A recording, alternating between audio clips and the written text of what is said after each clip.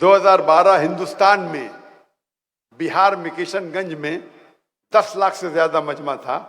वहां मेरी आखिरी उर्दू तकरीर थी। और क्योंकि मैं हिंदुस्तान से हिजरत किया, जितने ममालिक में तकरीर किया तो वहां उर्दू तो जानने वाले थे नहीं।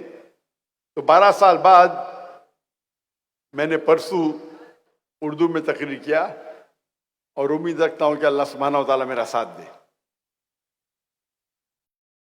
मुझे बेहद खुशी हो रही है कि मैं पाकिस्तान में मौजूद हूं और काफी सालों से तमन्ना थी कि मैं पाकिस्तान में तकरीर करूं, चाहे उर्दू या अंग्रेजी में, लेकिन लोग ने इसरार किया कि उर्दू में करो, तो इंशाअल्लाह। क्योंकि मेरे उर्दू सॉफ्टवेयर बनना बंद हो गए। जब से मैं हिंदुस्तान से हिजरत किया, मेरे उर्दू सॉफ्टवेयर बनना बंद हो गए। तो लोग कहते उर्दू चैनल पे जाकिर भाई के तकरीर आना बंद हो गए। तो इंशाअल्लाह इसके बाद कोई नई मवाद, इंशाअल्लाह नया मवाद मिलेगा। तो इसीलिए जो तकरीर मैंने कल की वो पहले बार उर्दू में की। आज की तकरीर भी मैंने अंग्रेजी में 2009 में की थी और मैं आज उर्दू में पहली बार करूंगा, जिसका मौजू है हमारे जिंदगी का मकसद क्या है। What is the purpose of our lives? क्या हमने कभी सोचा कि हम दुनिया में क्या कर रहे हैं? हमने कभी सोचा हमारे जिंदगी का मकसद क्या है? हमारे हयात का मकसद क्या है? मैं जानना चाहता हूं कि आज की ऑडियंस माशाअल्लाह हजारों की तादाद में है, 30, 40, 50 हजार या ज्यादा। मैं आपसे पूछना चाहता हूं कि आप में से कभी भी किसी ने पहले सोचा, आज के पहले सोचा कि हमारे जिंदगी का मकसद क्या है? जिसने भी सोचा हाथ ऊपर करो। माशाअल्लाह माशाअल्लाह, 50 या 40% ने सोचा है, माशाअल्लाह।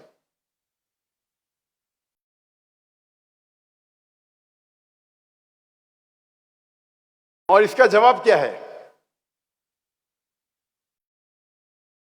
हमारे जिंदगी का मकसद क्या है?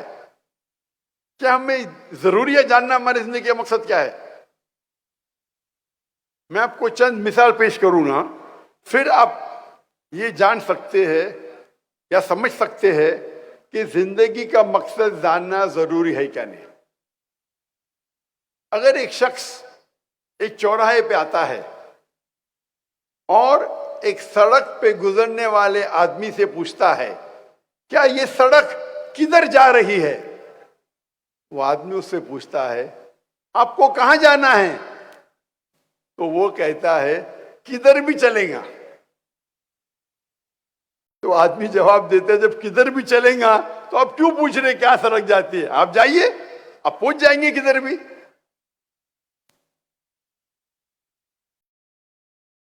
और एक मिसाल देता हूं आपको। एक शख्स बिल्डर होता है, बोलता है मैं बिल्डिंग बांधूंगा। तो एक शख्स पूछता है, कितने माले की बिल्डिंग बांधना चाहते हैं आप?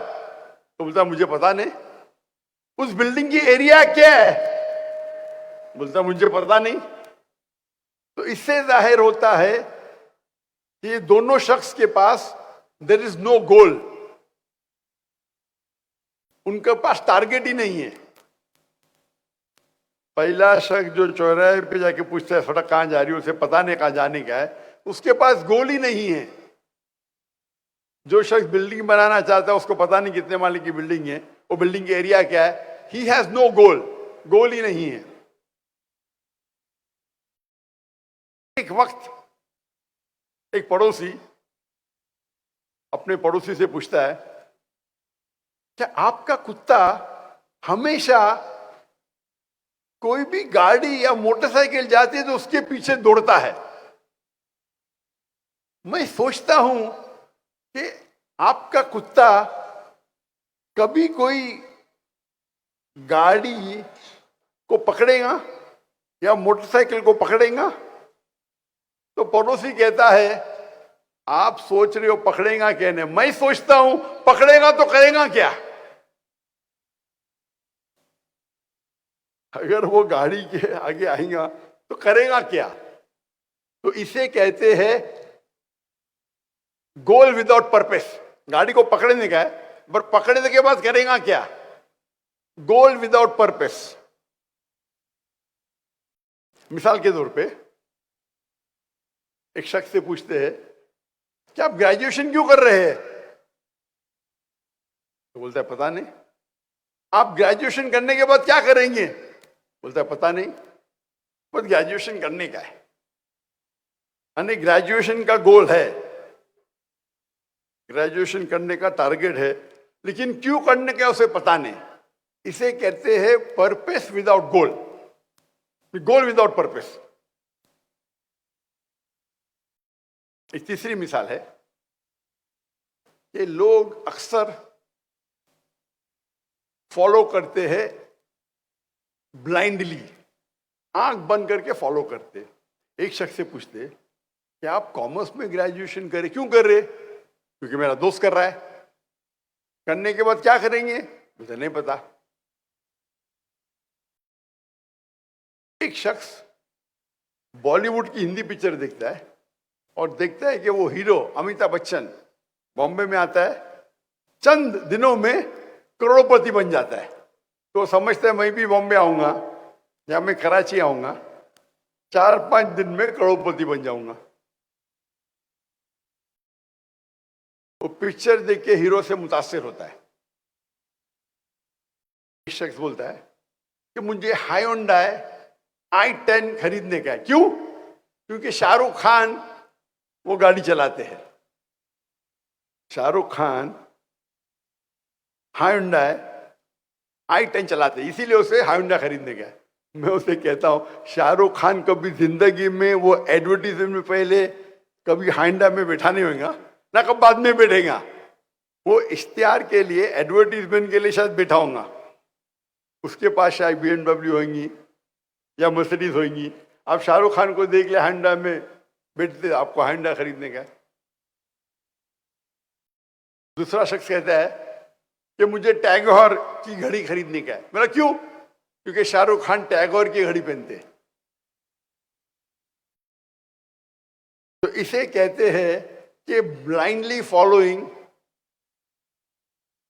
आप ब्लाइंडली फॉलो कर रहे, शायद आपके दोस्त को फॉलो कर रहे या हीरो को फॉलो कर रहे। आपका जो गोल है वो हीरो को फॉलो करना। आप समझते हैं कि आप टैगोर की घड़ी पहनेंगे तो शाहरुख खान बन जाएंगे, आप हायोंडा खरीदेंगे तो शाहरुख खान बन जाएंगे। आपका गोल क्या है।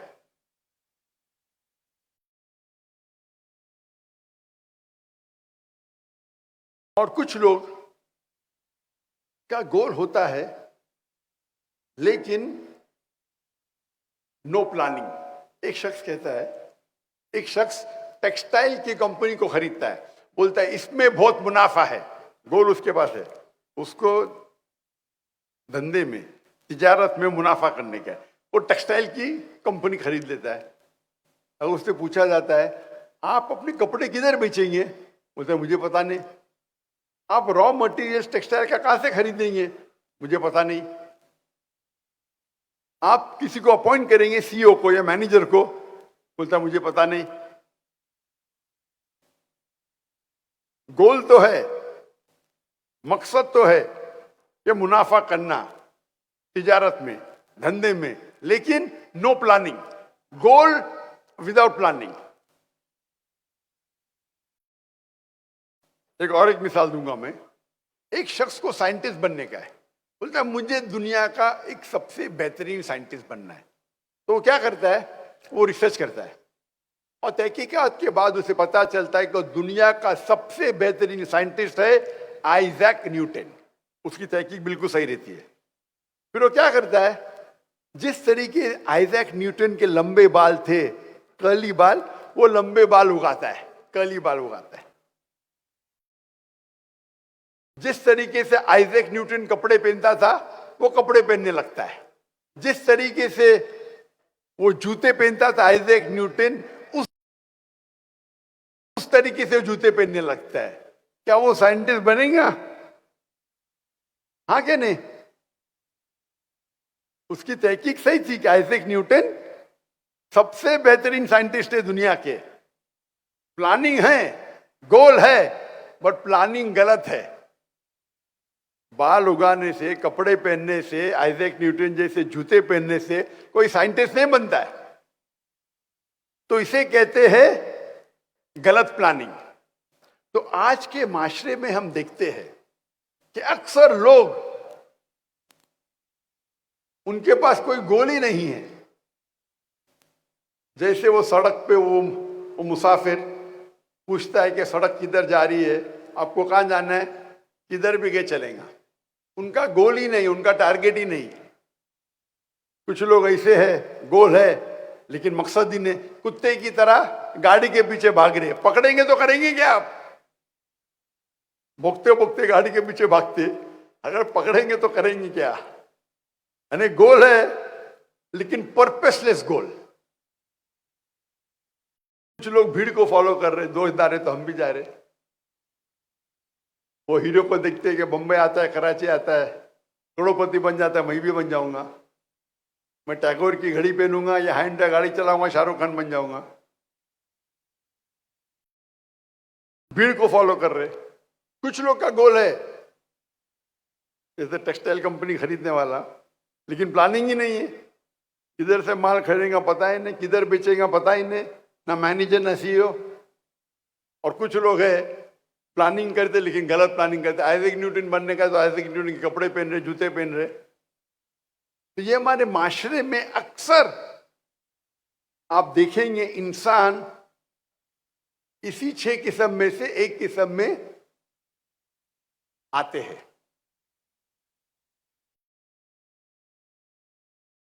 हमारी जिंदगी का मकसद क्या है?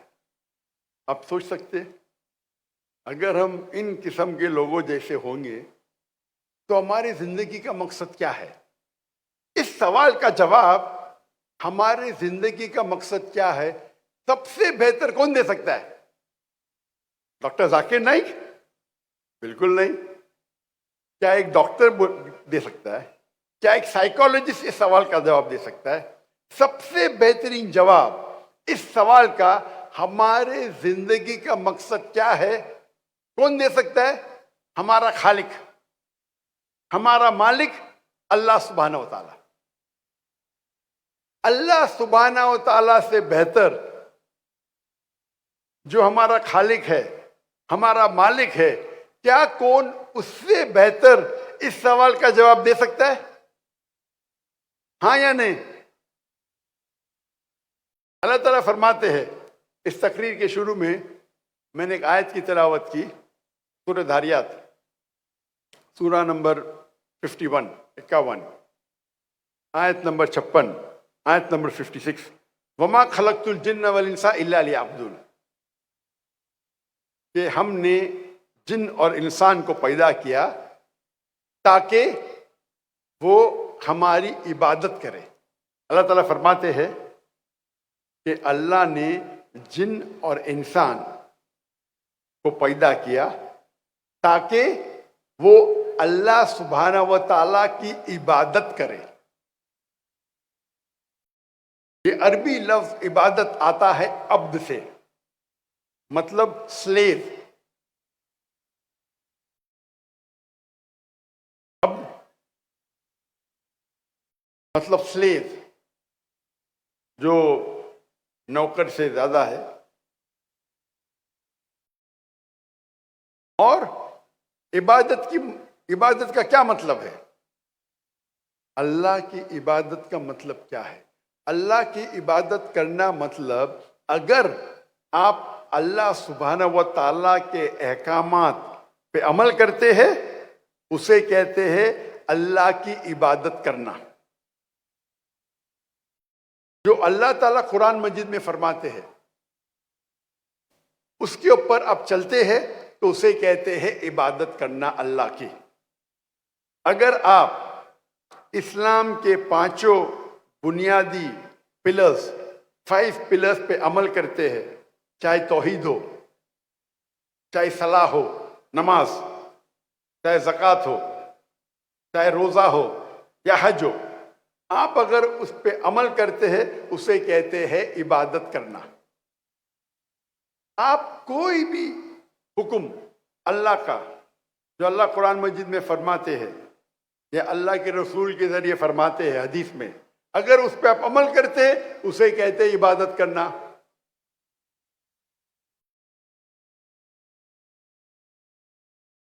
अल्लाह फरमाते कुरान मजीद में सूरह माइदा सूरा नंबर 5 आयत नंबर 3 में कि आप खंजीर, सूअर का गोश्त मत खाओ। अगर आप खंजीर नहीं खाते, सूअर का गोश्त नहीं खाते, आप इबादत कर रहे।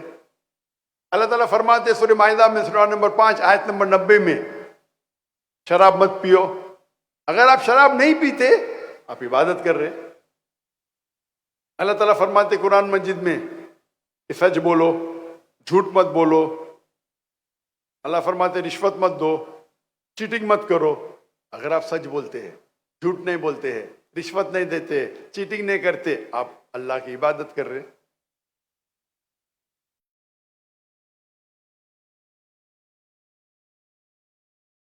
आप अल्लाह के कोई भी अहकाम पे अमल करते हैं उसे कहते हैं अल्लाह की इबादत करना।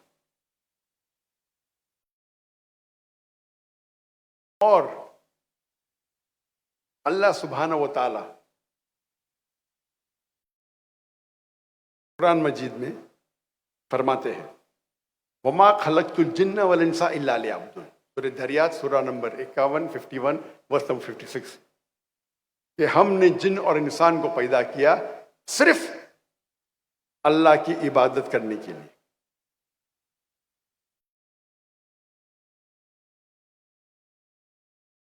और अल्लाह ताला फरमाते हैं कि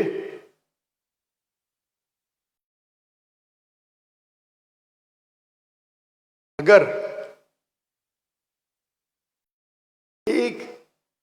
आप कोई अगर इक्विपमेंट या मशीन को खरीदते हैं तो मशीन के साथ आता है इंस्ट्रक्शन मैन्युअल, उस मशीन को किस तरीके से इस्तेमाल करना। और जितनी पेचीदा मशीन है, जितनी कॉम्प्लिकेटेड मशीन है, उतनी ज़रूरत है आपको इंस्ट्रक्शन मैन्युअल की। अगर आप मुझे इजाज़त देते कि इंसान को मैं एक मशीन कहूँ, तो आज दुनिया में सबसे पेचीदा मशीन, सबसे कॉम्प्लिकेटेड मशीन है इंसान। क्या इंसान को इंस्ट्रक्शन मैन्युअल की जरूरत नहीं है? इस इंसान को इंस्ट्रक्शन मैन्युअल की जरूरत नहीं है? इस कॉम्प्लिकेटेड मशीन इंसान की इंस्ट्रक्शन मैन्युअल कौन सी है? इंस्ट्रक्शन मैन्युअल है कुरान मजीद। ये कुरान मजीद इंसान की आखिरी इंस्ट्रक्शन मैन्युअल है, किस तरीके से इंसान अपनी जिंदगी जीना चाहिए, इंसान के लिए क्या अच्छा है क्या बुरा है, क्या इजाजत है क्या ममनू है, वो इस किताब कुरान मजीद में लिखा है।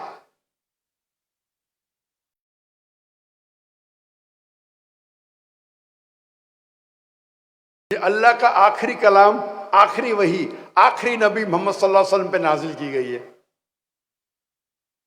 लोग पूछते हैं कि अल्लाह सुब्हानहू व तआला क्यों चाहते हैं कि हम अल्लाह की तारीफ करें? अल्लाह क्यों चाहता है हम कहें अल्हम्दुलिल्लाह? अल्लाह क्यों चाहता है हम कहें अल्लाहु अकबर? अल्लाह को क्या अल्लाह तारीफ के मोहताज है? नौज़ुबिल्लाह। क्या अल्लाह को जरूरत है कि हम अल्लाह अकबर बोले? इसका जवाब अल्लाह ताला फरमाते कुरान मजीद में, अल्लाह फरमाते हैं कि आपको अल्लाह की जरूरत है।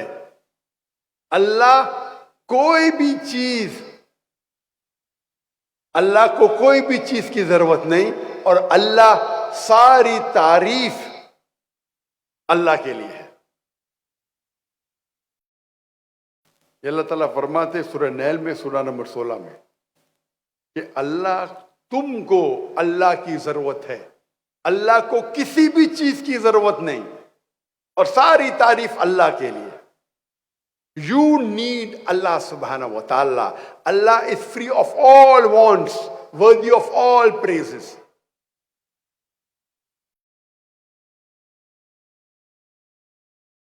सवाल आता है, क्यों हम अल्लाह अकबर बोलते हैं, क्यों हम अल्हम्दुलिल्लाह बोलते हैं, सारी तारीफ अल्लाह के लिए है, अल्लाह अकबर। इसका जवाब है, हम इंसान अगर किसकी तारीफ करते हैं तो उसका बात भी मानते हैं। मिसाल के तौर पे, अगर आपकी वालदा है जो बीमार है और और उनको हार्ट प्रॉब्लम है, तो आप क्या कहेंगे? आप ढूंढेंगे सबसे बेहतरीन हार्ट स्पेशलिस्ट कौन है। जब आप तहकीक करेंगे आपको मालूम पड़ेगा मशहूर डॉक्टर है, आप उस मशहूर हार्ट स्पेशलिस्ट, कार्डियोलॉजिस्ट की बात मानेंगे आपके वालदा के दिल की बीमारी को दूर करने के लिए। अगर कोई आदमी आपको मिलेगा रास्ते पे, वो कुछ कहेगा, क्या आप उसकी बात मानेंगे? और जवाब ही नहीं, आप मानेंगे एक मशहूर कार्डियोलॉजिस्ट की। क्यों? उसकी इतनी शोहरत है कि वो वर्ल्ड का बेस्ट कार्डियोलॉजिस्ट है, आप उसकी बात मानेंगे। तो ये इंसान की फितरत है। जो आदमी की आप इज्जत करते हैं, जो आदमी की तारीफ करते हैं, आप उसका कहना मानते हैं। तो अल्लाह सुब्हाना व तआला चाहता है कि आप अल्लाह की तारीफ करें, नहीं ताकि वो ऊंचे हो। आप अल्लाह अकबर 10 बार बोलो, लाख बार बोलो, अल्लाह अकबर तो ऑलरेडी अल्लाह अकबर है, उससे ज्यादा अकबर हो ही नहीं सकते। अल्लाह ऑलरेडी चोटी पे है। आप 10 बार बोलो, 1000 बार बोलो, अल्लाह को कोई फर्क पड़ता नहीं। अल्लाह चाहते हैं कि आप अल्लाह की तारीफ करें ताकि आप अल्लाह की हिदायत पे अमल करें। जब आप अल्लाह की तारीफ करते, अल्लाह अकबर, अल्लाह इज द ग्रेटेस्ट, अल्लाह सबसे बड़ा है, अल हाकिम, अल्लाह सबसे हिकमत वाला है, अर रहीम, अल्लाह सबसे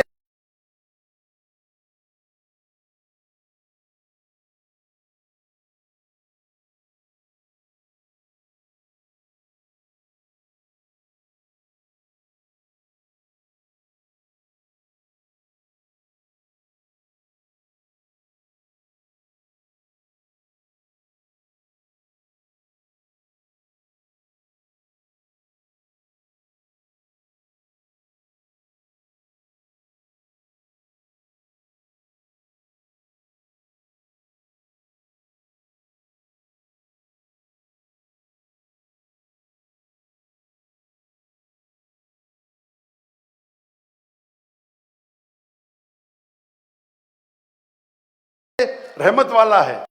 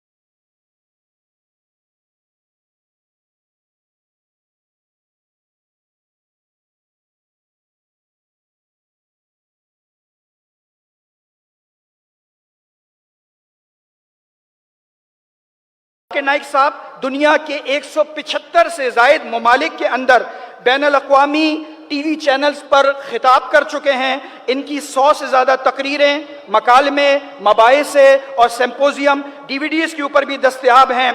डॉक्टर जाकिर नाइक साहब इस वक्त दुनिया के अंदर एक ऐसी शख्सियत हैं जो ना सिर्फ आलम इस्लाम के लिए एक फ़ख्र का सबब हैं, आलम इस्लाम के आप तमाम हजरात के लिए पाकिस्तान, इंडिया और जितनी ही जगहों के ऊपर इस्लाम का बोलबाला है। अल्हम्दुलिल्लाह डॉक्टर जाकिर नाइक साहब को ना सिर्फ सुना जाता है, पसंद किया जाता है, मोहब्बत की जाती है।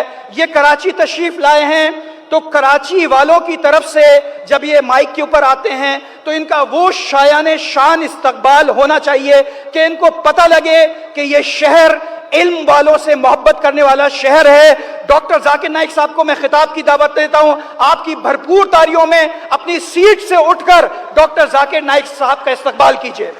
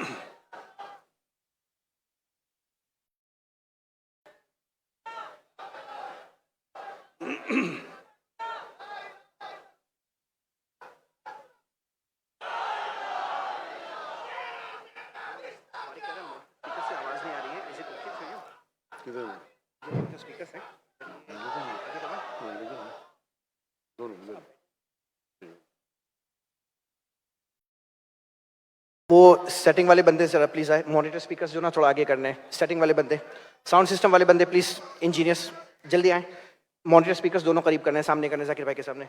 कौन है इंचार्ज, जल्दी से आए। I want the monitor speaker move please quickly. Sound system Shahnawaz यहाँ करीब सामने लेके आए।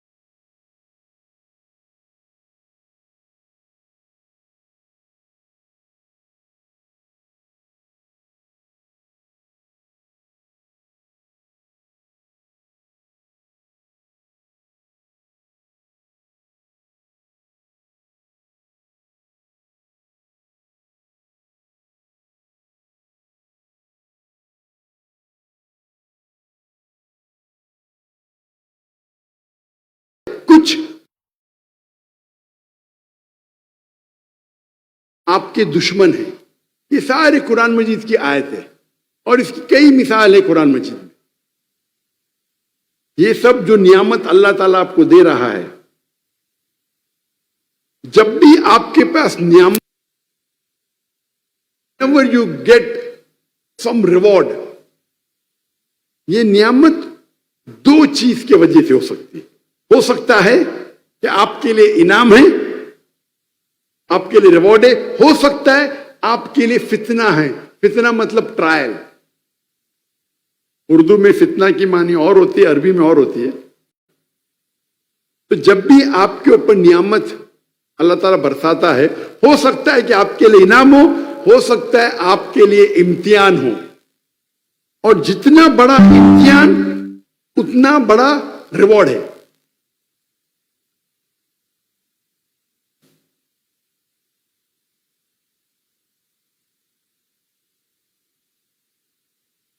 और अल्लाह सुब्हानहू व तआला कुरान मजीद में हमें राह निजात दिखाते, पाथ फॉर सैल्वेशन, जन्नत में जाने का रास्ता।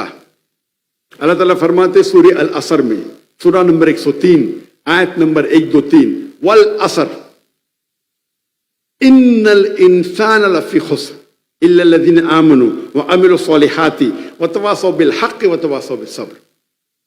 अल्लाह ताला कसम खा रहे हैं असर की, वक्त की। इन्नल इंसान लफी खुस्र, बेशक इंसान खसारे में है। मैन इज इन लॉस इल्ला लज़ीना आमनू व अमिलु सॉलिहाति व तवासौ बिल हक़ व तवासौ बिस सब्र। सिर्फ वो लोग खसारे में नहीं हैं। और चार चीज का जिक्र आता है, इल्ला लज़ीना आमनू, जिसके पास ईमान है, वो अमल सॉलिहात, जिसके पास अमल सॉलिहात है, राइचियस डीड है, अच्छे अमाल है। वतवासौ बिल हक़, लोगों को हक की तरफ बुलाता है। वतवासौ बिस्सब्र, लोगों को सब्र की तरफ बुलाता है। तो अल्लाह ताला इस सूरे में, सूरे अल असर में फरमाते हैं कि इंसान खसारे में है, वक्त की कसम खा रहे। और इमाम शाफी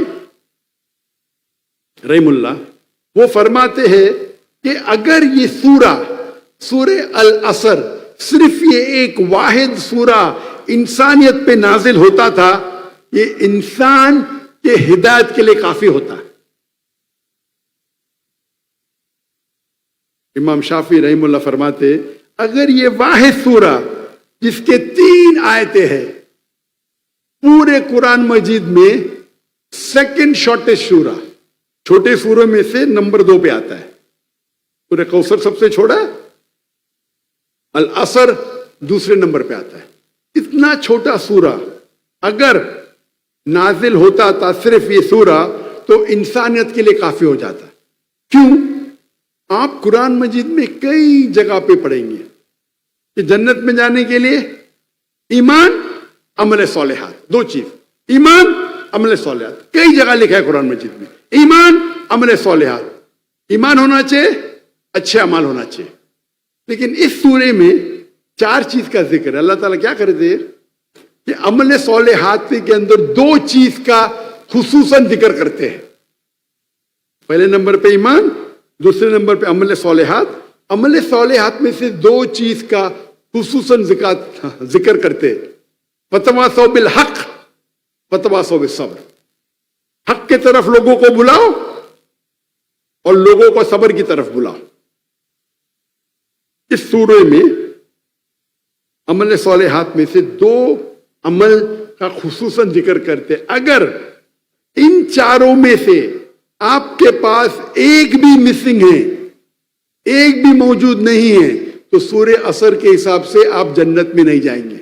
आप बहुत अच्छे मुसलमान होंगे, 5 टाइम नमाजी होंगे, तौहीद पे होंगे, आप हर साल ज़कात देते होंगे, आप हर रमजान पूरा रोजा रखते होंगे, आप हज किए होंगे। लेकिन अगर आप वतवासौ बिल हक़, लोगों के हक की तरफ नहीं बुलाएंगे, दावत नहीं देंगे, तो सूरे अल असर के हिसाब से आप जन्नत में नहीं जाएंगे। अगर अल्लाह ताला आपको माफ करना चाहता है और जन्नत में जानना चाहता है, वो अलग बात है, वो अल्लाह का इख्तियार है। अल्लाह कोई भी गुनाह माफ कर सकता है शिर्क के अलावा। लेकिन आमतौर पे गाइडलाइन हमें दी गई है कुरान मजीद में सूरह असर में कि जन्नत में जाने के लिए 4 चीजें, ईमान, अमल सालिहात, वतवासो बिल हक, इस्लाह करना और दावा करना, वतवासो बिसब्र, लोगों को सब्र की तरफ बुलाना। और इसका एम्फेसिस, इसकी तफसीर कुरान मजीद में है सूरह अल इमरान में, सूरह नंबर 3 आयत नंबर 110 में। अल्लाह ताला फरमाते, कुंतुम खैरा उम्मतिन उखरिजत लिन्नास, ए मुसलमानों आप सारी दुनिया में सबसे बेहतरीन कौम है। इस आयत में सूरह अल इमरान सूरह नंबर 3 आयत नंबर 110 में अल्लाह ताला फरमाते, कुंतुम खैरा उम्मतिन उखरिजत लिन्नास, ए मुसलमानों आप दुनिया में सबसे बेहतरीन कौम है। जब भी आपको कोई इज्जत मिलती है तो लाजिम है इज्जत के साथ जिम्मेदारी होना जरूरी है। मिसाल के तौर पे एक स्कूल में अगर कोई प्रिंसिपल है तो प्रिंसिपल की इज्जत टीचर से ज्यादा है, लेकिन साथ साथ प्रिंसिपल की रिस्पॉन्सिबिलिटी, प्रिंसिपल की जिम्मेदारी टीचर से ज्यादा है। टीचर की इज्जत एक क्लर्क से ज्यादा है, साथ में टीचर की रिस्पॉन्सिबिलिटी, टीचर की जिम्मेदारी भी क्लर्क से ज्यादा है। आपको कभी भी इज्जत नहीं मिलेगी जिम्मेदारी के बिना, हर इज्जत के साथ जिम्मेदारी जरूरी है। इस आयत में अल्लाह ताला फरमाते हैं, हम मुसलमानों को इतनी बड़ी इज्जत दे रहे, कुंतुम खैरा उम्मतिन उखरिजत लिन्नास, ए मुसलमानों आप सारी दुनिया में सबसे बेहतरीन उम्मत है। क्या हमारे पास कोई जिम्मेदारी नहीं? इसका जवाब इसी आयत में अल्लाह ताला फरमाते, तअमुरूना बिल मारूफ व तनहूना अनिल मुनकर व तु'मिनूना बिल्लाह, क्योंकि आप लोगों को अच्छाई की तरफ बुलाते हैं और बुराई से रोकते हैं और अल्लाह में मानते हैं। अल्लाह सुब्हानहू व तआला हम मुसलमानों को कह रहे हैं हम सबसे बेहतरीन उम्मत है। क्यों? हम लोगों को अच्छाई की तरफ बुलाते हैं, गैर मुसलमानों को इस्लाम की दावत देते हैं और लोगों को बुराई से रोकते हैं और अल्लाह में मानते हैं। अगर हम लोगों को अच्छाई की तरफ नहीं बुलाएंगे, गैर मुसलमान को दावत नहीं देंगे, बुरे काम से नहीं रोकेंगे, हम मुसलमान कहलाने के लायक नहीं हैं, हम खैरा उम्मा कहलाने के लायक नहीं हैं। हमें ये अल्लाह ने ऑनर, इज्जत दी है कि हम सबसे बेहतरीन उम्मा हैं, क्योंकि हम लोगों को अच्छाई की तरफ बुलाते हैं और बुराई से रोकते हैं। अगर हम लोगों को अच्छाई की तरफ नहीं बुलाएंगे, अल्लाह का पैगाम लोगों तक नहीं पहुंचाएंगे, गैर मुसलमानों तक, हमें मुसलमान बोलने का हक नहीं है, हमें अपने आप को खैरा उम्मा बोलने का हक नहीं है।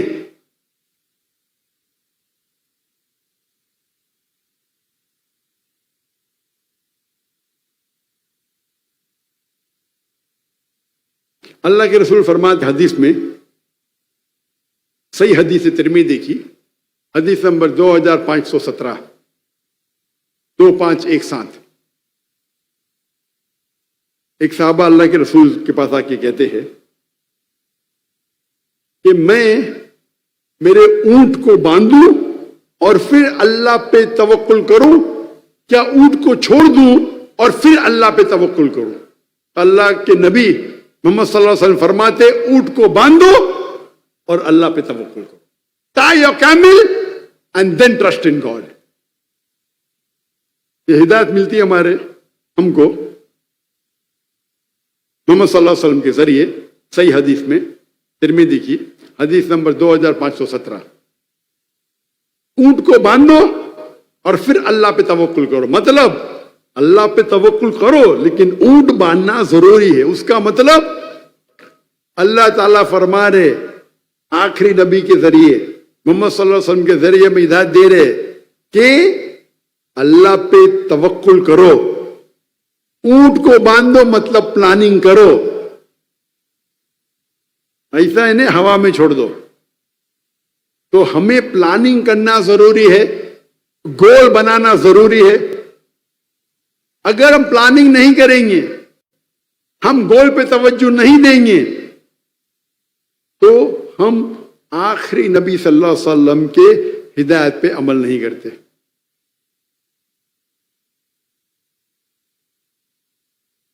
गोल सेटिंग बहुत अहम है, बहुत इंपॉर्टेंट है। और जो लोग मैनेजमेंट के कुछ कोर्सेज किए हैं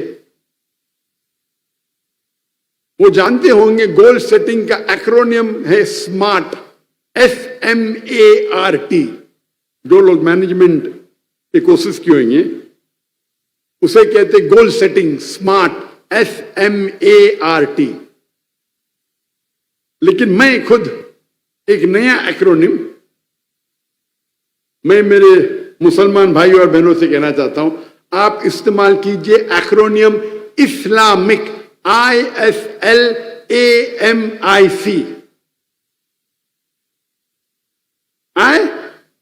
है इस्लामिक मतलब आप जो भी गोल आपका है, आप देखिए क्या वो कुरान और हदीस से मिलता है। जो भी गोल आप सेटिंग कर रहे हैं वो मैच होना चाहिए कुरान के तालीमात से और सही हदीस की तालीमात से। जो तालीम अल्लाह ताला में देते हैं कुरान में, या आखिरी नबी मोहम्मद सल्लल्लाहु अलैहि वसल्लम देते सही हदीस में, उससे मैच होना चाहिए। अगर आपका गोल उससे मैच नहीं हो रहा है तो ये गोल आपके लिए कोई फायदे का नहीं है। मिसाल के तौर पे एक आदमी सोचता है कि मैं दुनिया की सबसे बेहतरीन शराब बनाऊंगा। गोल है उसका, विजन है, एम है। क्या कुरान मजीद से मैच होता है? हदीस से मैच होता है? कुरान मजीद में अल्लाह ताला फरमाते सूरह माइदा में सूरह में 5 आयत नंबर 90 में, या अल्लज़ीना आमनू इन्नमल खम्रु वल मैसिरु वल अंज़ाबु वल अस्लामु रिज्सुम मिन अमली शैतान फज्तनिबू लअल्लकुम तुफ्लिहून। ए ईमान वालो, खमर नशे वाली चीज, जुआ खेलना, डेफिनेशन ऑफ एरोज, बुत परस्ती, ये शैतान के हथकंडे हैं। इससे दूर रहो ताकि आपको सफलता मिलेगी। तो ये एक शराब बनाना आपका गोल होगा, लेकिन ये कुरान मजीद के खिलाफ है। और हदीस में भी इब्न माजा किताब नंबर 30 कई हदीसों में जिक्र है कि शराब हराम है। तो ये नंबर 1 है इस्लामिक। आपका गोल इस्लामिक होना चाहिए, कुरान की हिदायत से मैच करना चाहिए, अल्लाह के आखिरी रसूल मोहम्मद सल्लल्लाहु अलैहि वसल्लम जो जिक्र करते सही हदीस में उससे मैच होना चाहिए। नंबर 2 एस मतलब स्पेसिफिक, मतलब आपका गोल स्पेसिफिक होना चाहिए। एक गुरु अपने शागिर्दों से उनको सिखा रहा था तीर कमान, बो एंड एरो, तीर किस तरीके से चलाना चाहिए। और अपने शागिर्दों से कहता है सब लोग अपना निशाना लगाओ उस परिंदे की आंख पे। ये स्पेसिफिक है, परिंदे की आंख पे निशाना लगाओ। तो सब लोग निशान तानते हैं। उस्ताद पूछता है पहले तालिब से, आप क्या देखते हैं? वो जवाब देता है मैं सारे जंगल को देख रहा हूं, इसमें कई पेड़ है, एक पेड़ पे एक परिंदा है और उस परिंदे की आंख को देख रहा हूं। उस्ताद दूसरे शागिर्द से पूछते आपको क्या दिख रहा है? मुझे दिख रहा है कि एक पेड़ है, उस पेड़ पे एक परिंदा है, उस परिंदे की आंख है, ये मैं देख रहा हूं। उस्ताद तीसरे शागिर्द से पूछते, आप क्या देख रहे? मैं देखता हूं एक परिंदा है और उसकी आंख है। उस्ताद पूछते चौथे शागिर्द से, आप क्या देख रहे? उस्ताद, मैं सिर्फ परिंदे की आंख को देख रहा हूं और कुछ नहीं दिख रहा मुझे। उस्ताद कहते, तीर को छोड़ो। तीर छोड़ते और बराबर जाके आंख पे लगती है। ये गोल जो है स्पेसिफिक है, परिंदे की आंख, बर्ड्स आई। तो जब आप गोल सेटिंग करते हैं, it should be specific. L मतलब ल्यूक्रेटिव, आपको मुनाफा होना चाहिए, फायदा होना चाहिए आपके गोल सेटिंग से। और सबसे बेहतरीन फायदा अल्लाह ताला फरमाते सूरह बकरा में, सूरह नंबर 2 आयत नंबर 201 में, रब्बना आतीना फिद दुनिया हसनतों फिल आखिरत अज़ाब अन्नार, कि अल्लाह ताला से हम दुआ करते कि हमें इस दुनिया में सबसे बेहतरीन चीज मिले और हसनात मिले आखिरत में, और हमें जहन्नम से निजात मिले। तो इस दुआ में हम दोनों चीज मांगे, दुनिया और आखिरत। लेकिन अगर तवज्जो देंगे तो इस दुआ में दुनिया के बारे में एक चीज है और आखिरत के बारे में दो चीज। रब्बना आतीना फिद दुनिया, हम अल्लाह से दुआ करते कि इस दुनिया में हमें अच्छी चीज दे। रब्बना आतीना फिद दुनिया हसनतों व फिल आखिरत हसनतों, और आखिरत में अच्छी चीजें दे, और हमको जहन्नम से, जहन्नम की आग से निजात दे। तो आखिरत की चीज एक तिया है, दुनिया की चीज एक तिया है, और दुनिया में अच्छी चीज दे और आखिरत में अच्छी चीज दे, और आखिरत दूसरी दुनिया के जहन्नम की आग से हमें पनाह दे। तो आखिरत के बारे में दो चीजें हैं। तो एक तिया हिस्सा दुनिया है, दो तिया हिस्सा आखिरत है। तो कई स्कॉलर्स आलिम दीन कहते हैं दुआ मांगो, दुनिया और आखिरत के दोनों मांगो, लेकिन आखिरत के लिए ज्यादा मांगो। कुछ उल्मा कहते हैं, आलिम दीन कहते हैं, मांगो तो मिनिमम दो तिया हिस्सा, 2/3 आखिरत के लिए होना चाहिए। और अल्लाह ताला फरमाते सूरह हूद में सूरह नंबर 11 में, आप अगर दुनिया मांगेंगे अल्लाह दुनिया देगा, लेकिन आखिरत के लिए आपके पास कोई हिस्सा नहीं है। आप आखिरत मानेंगे अल्लाह आपको आखिरत भी देगा और दुनिया भी देगा। तो ल्यूक्रेटिव प्रॉफिट होना चाहिए, देखो, लेकिन आपका प्रॉफिट आखिरत की तरफ ज्यादा होना चाहिए, क्योंकि आखिरत आपकी जिंदगी लंबी है। अल्लाह के रसूल फरमाते इस दुनिया में इंसान एक ट्रैवलर है, एक मुसाफिर है। अभी मैं मुसाफिर हूं पाकिस्तान में, तो क्या मैं मकान खरीदूंगा? मैं होटल में रहूंगा ना, टेम्परेरी हूं, मैं थोड़ी मकान खरीदूंगा, मुसाफिर हूं। तो उसी तरीके से दुनिया में मुसाफिर है। हम क्या करते, इतना माल दौलत इकट्ठा करते, हम समझते कि हम जिंदगी भर दुनिया में रहने वाले, 1000 साल के लिए, 5000 साल के लिए, हम मुसाफिर हैं। तो आपकी तवज्जो आपके गोल में ज्यादा होना चाहिए आखिरत पे, दुनिया पे हो सकती है लेकिन कम, ल्यूक्रेटिव, प्रॉफिटेबल। आखिरत ज्यादा, दुनिया भी होना चाहिए, नो प्रॉब्लम। सिर्फ आखिरत है तो सोने पे सुहागा, सिर्फ आखिरत है तो सोने पे सुहागा। आखिरत तो मिलेंगी, अल्लाह आपको दुनिया भी देगा। एप्ट एंड अप्रोप्रिएट, मतलब आपका गोल सही होना चाहिए, अप्रोप्रिएट होना चाहिए। ये जो स्मार्ट मैंने कहा, SMART, यहां ए मतलब अचीवेबल, जो मैं नहीं मानता हूं। हमारे मैनेजमेंट के गुरु कहते गोल होना चाहिए अचीवेबल। अचीवेबल मतलब आप उस गोल को हासिल कर सकते, इसमें मानता नहीं हूं। अल्लाह की मदद होगी तो many things which you think is not achievable is achievable. जो आप समझते आपको हासिल नहीं हो सकती, अल्लाह की मदद होगी तो हासिल हो सकती। अल्लाह ताला फरमाते सूरह इमरान में सूरह नंबर 3 आयत नंबर 160 में, अगर अल्लाह आपके साथ है तो कोई भी आपको हरा नहीं सकता है। अल्लाह आपको छोड़ देंगे तो कोई भी आपकी मदद नहीं कर सकता है। ए मोमिनो, अल्लाह पे भरोसा करो। तो अल्लाह की मदद आपके साथ है तो आपके लिए सारे गोल आसान है। तो ये अचीवेबल जो है, हमारे मैनेजमेंट गुरु कहते, मैं इसमें नहीं मानता, मैं कहता हूं अप्रोप्रिएट होना चाहिए। M means measurable. आपका जो गोल है उसको आप नाप सकते हैं, मेजर कर सकते हैं। अगर वो गोल मेजरेबल नहीं है तो गोल आपका बेबुनियाद है। मिसाल के तौर पे कोई शख्स कहेगा कि मुझे दुनिया की सबसे ऊंची इमारत बनाना है। गोल तो है ऊंची इमारत, मेजरेबल है, नाप सकते क्या नहीं?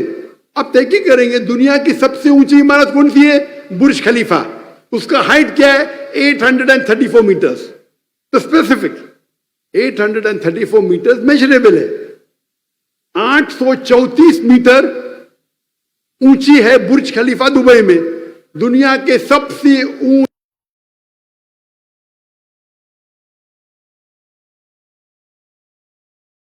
ऊंची इमारत आज की तारीख में। अगर आपको उससे ऊंची बनाना है तो 835 बना दो, आपका रिकॉर्ड टूट जाएगा। तो मेजरेबल है, गोल को आप नाप सकते हैं। आय, इंटेंशन, नियत। आप अगर जो गोल हासिल करना चाहते उसकी नियत होना चाहिए खुसूसन अल्लाह की रजामंदी। जो गोल के पीछे आप भाग रहे, जो गोल के पीछे मेहनत कर रहे, उसका इंटेंशन, उसकी नियत होना चाहिए अल्लाह की रजामंदी। सही बुखारी जो कुरान के बाद सबसे ऊंची किताब इस्लाम में है, सही बुखारी के अंदर पहली किताब, पहला वॉल्यूम, पहली हदीस, इन्नमल अमाल बिन्निया। आपके जो भी अमल है आपके नियत पे दारोमदार है। तो आपकी नियत इस गोल को अचीव करने के लिए होना चाहिए अल्लाह की रजामंदी। अगर आपका इंटेंशन अल्लाह की रजामंदी नहीं है तो आपका ये गोल सही नहीं है, इस इंटेंशन। और आखिरी है C, Islamic, ISLAMI, C means consistent. मतलब आप कंसिस्टेंट होना चाहिए। ऐसा नहीं कि आज में पल में तोला पल में मासा, कंसिस्टेंट होना चाहिए लगातार। और अल्लाह के रसूल फरमाते, आप कोई भी काम करो, भले छोटा करो, कंसिस्टेंट करो, लगातार करो। चैरिटी भी देते, कंसिस्टेंट करो। ऐसा नहीं कि एक दिन दे दिए बाद में पूरे साल भूल गए। तो इस्लाम में जो चीज कंसिस्टेंट है उसकी अहमियत ज्यादा है। मिसाल के तौर पे आपका टारगेट है कि मैं इस रमजान में पूरा कुरान मजीद पढ़ूंगा, तो आपका टारगेट होना चाहिए 30 दिन है, 30 पारे है, 30 जुज है, मैं हर रोज एक जुज पढ़ूंगा, हर रोज एक पारा पढ़ूंगा। इंशाअल्लाह रमजान में पूरा कुरान मजीद आप पढ़ लेंगे। आप 2-3 दिन पढ़ेंगे फिर बंद कर लेंगे, तो कंसिस्टेंसी नहीं है। आपको कुरान मजीद का हिफ्ज करने का, आप अपने दिल पे लेंगे तो हर रोज मैं 5 पेजेस हिफ्ज करूंगा, या 3 पेजेस या 2 पेज, जो भी है, कंसिस्टेंसी। तो आपके गोल में अगर कंसिस्टेंसी रहेंगी तो इंशाअल्लाह आप सफलता पाएंगे। तो ये था एक्रोनियम इस्लामिक। और हमारे मैनेजमेंट गुरु एक लफ्ज है कि मैनेजमेंट ट्रेनिंग बहुत होते हैं और हम देखते कई किताबें लिखी गई, कई कोर्सेज अवेलेबल है। वो एक इंसान की मिसाल देते अक्सर, उसका नाम है उस लड़की का विल्मा रुडोल्फ।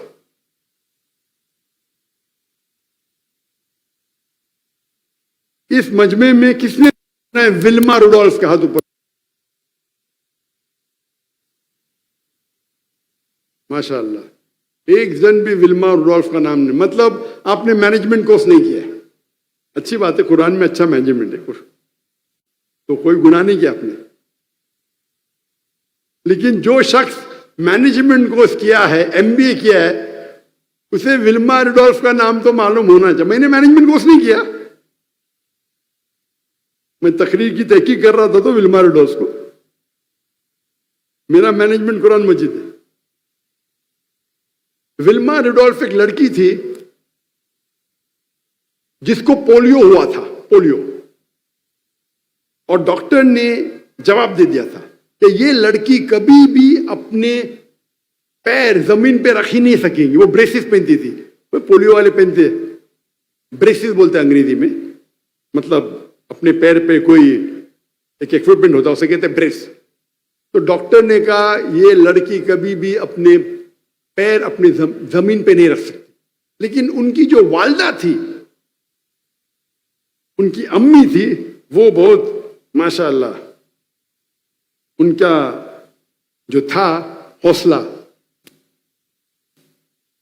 उनकी वालदा ने विल्मा से कहा बेटी आप जो सोचना चाहे सोचो, आप कर पाएंगे। तो विल्मा बोलती है कि मैं चाहती हूं कि मैं दुनिया की सबसे फास्टेस्ट लड़की बनूं भागने के रेस में। सोच सकते, चल नहीं सकती, और वो बोलती है मुझे दुनिया की, चल नहीं सकती और बोली भागेंगी तो भी समझेंगे, दुनिया की सबसे तेज भागने वाली औरत बनना चाहती हूं। ये मैनेजमेंट गुरु मिसाल देते हैं, लेकिन उनका जो ये है अचीवेबल, तो अचीवेबल तो है नहीं ना भाई, तुम पाँव नहीं रख सकते, चलने की कोशिश करो, भागने की, सबसे तेज भागने की। इसलिए बोलता हूं मैं, ये अचीवेबल जो वर्ड है, मैं इससे सहमत नहीं हूं, इट शुड बी एप्ट। तो 9 साल की उम्र में विल्मा अपने ब्रेसेस को उतार देती है, बोलती मैं ये ब्रेसेस नहीं पहनूंगी। और 13 साल की उम्र में वो पहली बार भागने के दौड़ में लड़कियों के साथ रेस में एंटर करती है, और वो आती है लास्ट। फिर भी वो कंसिस्टेंट थी, नहीं मैं फिर भी कोशिश करूंगी। इतनी कोशिश करती है कि सन 1960 में ओलंपिक्स में उसको 3 गोल्ड मेडल मिलते, 100 मीटर्स, 200 मीटर्स, 400 मीटर्स। जिस लड़की को पोलियो था, ये दुनिया का हिस्ट्री का रिकॉर्ड है, पोलियो की लड़की आम सेहतमंद लड़कियों के साथ भागती है, और 1960 के ओलंपिक्स में 3 गोल्ड मेडल मिलते। Fastest women on the earth in 1960, 100 metres, 200 metres, 400 metres, 100 metre की दौड़, 200 मीटर की दौड़, 400 मीटर की दौड़। तो इसकी मिसाल लोग अचीवेबल तो लगता नहीं, इसलिए बोलता अचीवेबल सही नहीं है, बाउंड है। अगर आप इस्लामिक एक्रोनिम उतरेंगे, देखेंगे इस्लामिक, तो विल्मा रुडोल्फ को अगर स्मार्ट में अच्छे नंबर मिलेंगे, इस्लामिक में कितने नंबर मिलेंगे? क्या ये गोल इस्लामिक है? मेजरेबल, हाँ। क्या कुरान मजीद मीटर डैश का अभी रिकॉर्ड क्या है के खिलाफ है, या कुरान मजीद मुझे उससे कम इसको अप्रूव करता है? कुरान मजीद के खिलाफ तो नहीं है, हम कहेंगे ऑप्शनल है, इसलिए बोलता अचीवेबल सही है। मार्क्स नहीं मिलेंगे, लेकिन जो अचीवेबल खिलाफ तो नहीं, भागना हराम नहीं है। लेकिन कोई इस्लामिक बेनिफिट नहीं इसमें, ये इस्लामिक बाद में आऊंगा। Average, reasonable, is it reasonable? Specific, बिल्कुल स्पेसिफिक था। लुक्रेटिव, प्रॉफिटेबल, दुनिया में आखिरत में तो जीरो। रेस में दौड़ना है, आप अगर सबसे अच्छे भागने में, तो जन्नत में नंबर 1 मिलेगा आपको। आप पहले एंट्री थोड़ी मिलेगी के बाद, तो आप अगर भागने में अच्छे हैं 25 होगा, जन्नत के दरवाजे पे पहले पहुंचेंगे। बिल्कुल, तो टाइम बाउंड है। इस दुनिया में प्रॉफिटेबल हो सकता है, गोल्ड मेडल मिला, आखिरत में नो प्रॉफिट। इस्लामिक तो विल्मा रुडोल्फ अचीवेबल में अच्छे नंबर मिलेंगे, अल्लाह की मदद हुई तो अच्छे। कितने नंबर मिलेंगे? क्या ये गोल मेजरेबल, मेजर कर सकते हैं? क्या कुरान मजीद रिकॉर्ड क्या है? 10 सेकेंड, उससे कम करो, 9 सेकेंड उससे कम करो। या कुरान मजीद आए इंटेंशन, कुरान में इंटेंशन अल्लाह की रजामंदी है, हम कहेंगे ऑप्शनल। मुझे लगता तो नहीं है, हाई मार्क्स नहीं मिलेंगे। विल्मा रुडोल्फ मुसलमान तो थी, हराम नहीं है, अल्लाह की रजामंदी की वजह से तो भागी नहीं, कोई इस्लामिक बेनिफिट नहीं इसमें। कंसिस्टेंसी थी, तो मार्क्स उसको एवरेज मिलेंगे। अभी हम कंपेयर करते एक ऐसे शख्स से जिसने मेरी जिंदगी बदल दिया, दुनिया में उसका नाम है शेख अहमद दीदात। आप अगर सबसे अच्छे भागने में जन्नत और शेख अहमद दीदात पहली एंट्री थोड़ी मिलेगी। आप हिस्ट्री पढ़ेंगे तो वो भी अल्हम्दुलिल्लाह पहले पूछेंगे, बिल्कुल नहीं। एक मिसाल है। इस दुनिया में प्रॉफिटेबल हो सकता है। अहमद दीदात साहब, शेख अहमद दीदात जिससे मुतासिर हुआ, जिसके वजह से मैं आज खड़ा हूं, अल्लाह की मदद हुई तो आज आपके सामने खड़ा हूं मैं, मेजरेबल मेजर कर सकते हैं। जिसने मुझे इंस्पायर किया वो शेख अहमद दीदात। 9 सेकंड उससे कम करो। नहीं तो मैं हो सकता है कोई ऑपरेशन थिएटर में सर्जरी करता होता, क्या इंटेंशन अल्लाह की तो मैं दिल के डॉक्टर से रूह का डॉक्टर बन गया अल्हम्दुलिल्लाह।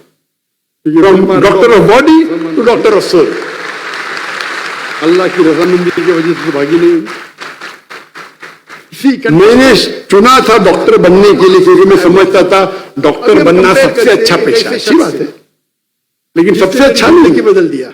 अगर मैं कोई बीमार की इलाज कराता हूं तो मुझे खुशी होती, लेकिन अगर हिस्ट्री पढ़ेंगे कोई गैर मुस्लिम को इस्लाम की तरफ दावत देता हूं, अल्लाह अहमद दीदात साहब, शेख अहमद दीदात जिससे मुतासिर हुआ, जिसके वजह से मैं आज खड़ा हूं, आज आपके सामने खड़ा हूं मैं, जिसने मुझे इंस्पायर किया वो शेख अहमद दीदात थे। नहीं तो मैं हो सकता है कोई ऑपरेशन थिएटर में सर्जरी करता होता, तो मैं दिल के डॉक्टर से रूह का डॉक्टर बन गया अल्हम्दुलिल्लाह। From doctor of body to doctor of soul.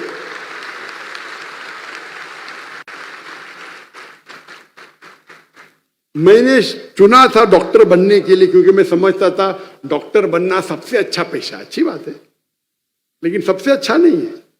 अगर मैं कोई बीमार की इलाज कराता हूं तो मुझे खुशी होती, लेकिन अगर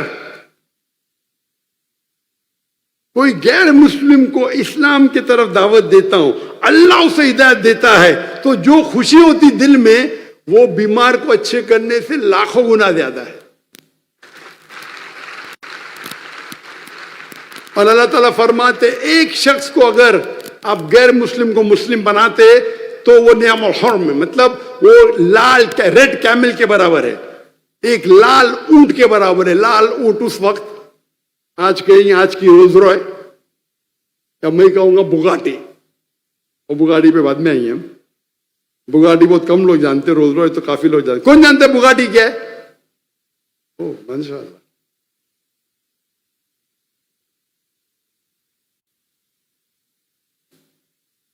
तो अगर आप शेख अहमद दीदात को इस मिसाल की गोल सेटिंग पे चेक करेंगे, इस्लामिक था कुरान में। दीदात साहब सिर्फ छठी पास की, सिर्फ छठी, अल्लाह सुब्हानहू व तआला स्कूल भी पास नहीं किया, सिर्फ छठी। उनकी माशरी हालत इतनी कमजोर थी कि बचपन से उन्हें काम करने लगा। वो इंडिया मेमन कौम गुजरात से है, तो शेख दीदात से तटकेश्वर से, गुजरात से थे तटकेश्वर। वो छोटी उम्र में हिजरत करते हैं टू साउथ अफ्रीका और वहां नौकरी करते हैं as a salesman in a furniture shop. Furniture की दुकान में सेल्समैन और ड्राइवर की नौकरी करते। लगातार रोज उन्हें क्रिश्चियन मिशनरी परेशान करते थे, कुरान में ये गलती है, तुम्हारा मजहब इतना बेकार है, तुम्हारा अल्लाह सुब्हानहू व तआला नऊज़ बिल्लाह, हर रोज।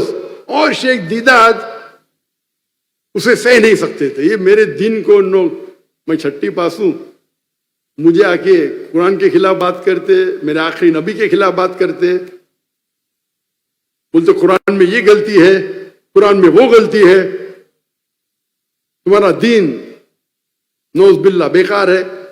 तो दीदात साहब को गोल, मैं किसी ना किसी तरीके से ये क्रिश्चियन मिशनरी का जवाब तो दूंगा। छठी पास, अभी ये लोग सब बैचलर्स, मास्टर्स, पीएचडी, और शेख दीदात छठी पास, हिंदुस्तान से आके साउथ अफ्रीका में।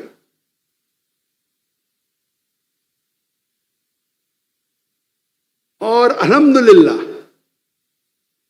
अल्लाह की मदद से उनको एक किताब मिली, इज़ारुल हक, जो रहमतुल्लाह करानवी ने लिखी थी, जो पादरी फेंडर के खिलाफ लिखी थी।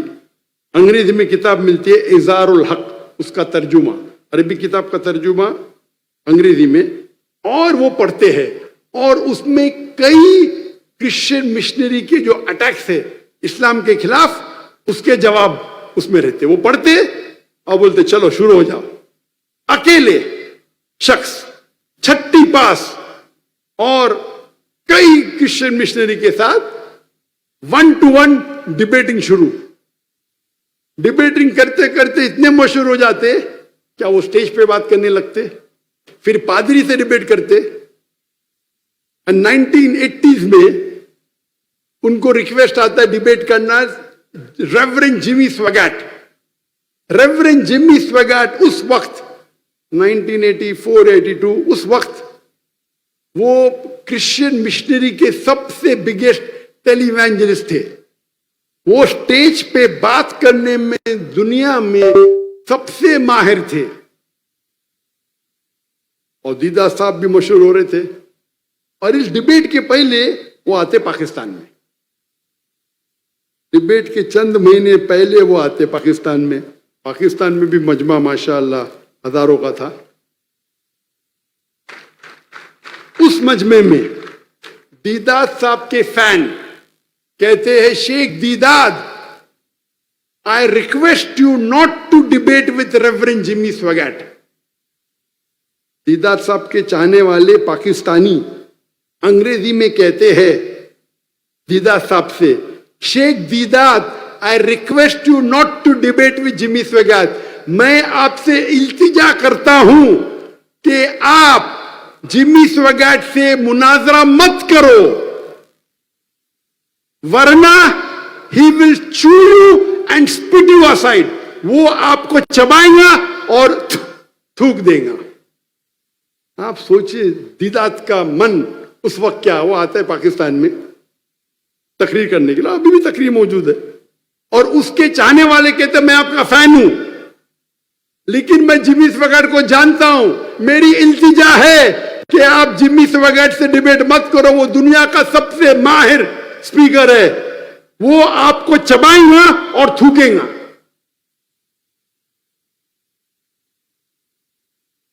दीदाद साहब जवाब देते कि अल्लाह मेरे साथ है।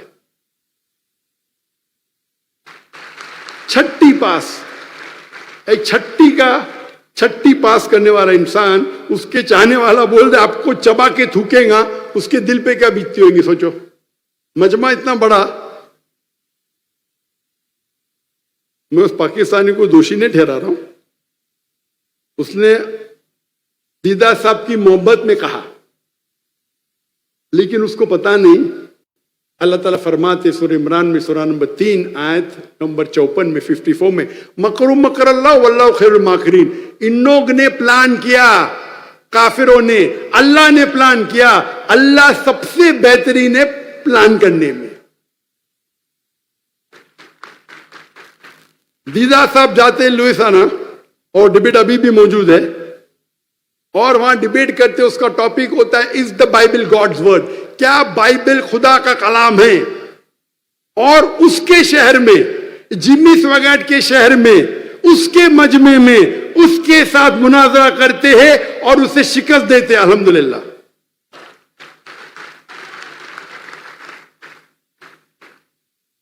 और उसके बाद सन 1986 में दीदार साहब को शाह फैसल का अवार्ड मिलता है। Shah Faisal, King Faisal award Islamic दुनिया का सबसे ऊंचा अवार्ड है। सन 1986 में शेख दीदात को शाह फैसल अवार्ड मिलता है, और उसके बाद शेख दीदात की जो शोहरत है वो दुनिया में और फैलती है। क्या उनने जिमी स्वैगट का मुकाबला किया और उसे शिकस्त दिया।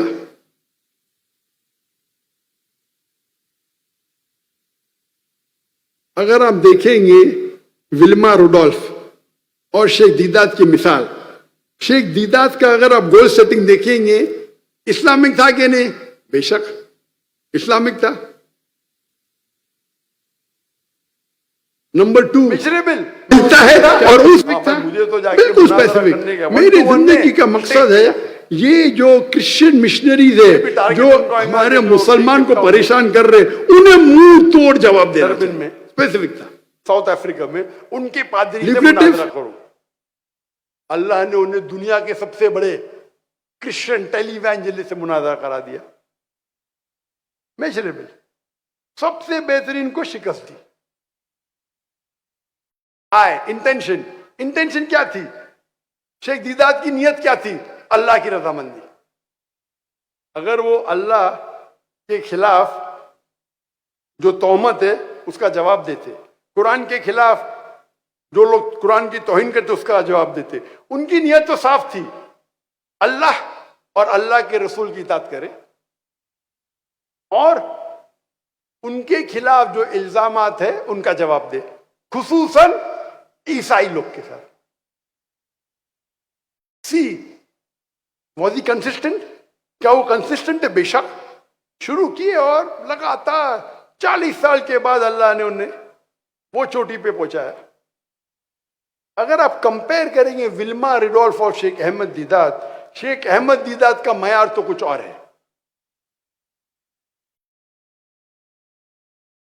आज की दुनिया में हर आदमी का कोई सेंटर है। सेंटर मतलब वो कोई नुक्ते के ऊपर उनका एक इंसान, हर इंसान उसका कोई ना कोई सेंटर है, मतलब वो कोई ना कोई पॉइंट के वो घूमते रहता है। आज की तारीख में लोग अपनी जिंदगी जितना पैसा कमाते हैं उस तरीके से अपनी जिंदगी को वो चलाते हैं।